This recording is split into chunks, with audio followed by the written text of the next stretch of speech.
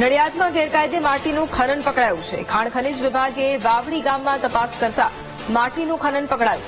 ગૌચરની જમીનમાં માટીનું ખોદકામ ચાલી રહ્યું હતું. ખાણ ખનીજ વિભાગના અધિકારીઓએ સ્થળ પરથી જેસીબી અને ટ્રેક્ટર સહિતનો મુદ્દામાલ જપ્ત કર્યો છે. રજની પટેલ નામના શખ્સ દ્વારા ખોદકામ થતું હોવાનું પોલીસ તપાસમાં પણ અત્યારે સામે આવ્યું છે. સંવાદદાતા વિનોદ ફોન લાઈન પર છે. વિનોદ, નડિયાદમાં ગેરકાયદે માટીનું ખનન પકડાયું છે. કોણ કોણ સંડોવાયેલા હતા? આરોપીઓના નામ સામે આવ્યા છે. જી ભાઈ, આપણે ખાસ જણાવો કે જો હમણાં સેવલિયાની એક ઘટના બની હતી જેની અંદર ખાણ ખનીજ વિભાગના અધિકારી પર હુમલો કરવામાં આવ્યો હતો અને ત્યાર પછી આ બીજી ઘટના ખેડા તાલુકાના વાવડી ગામે બનવા પામી છે.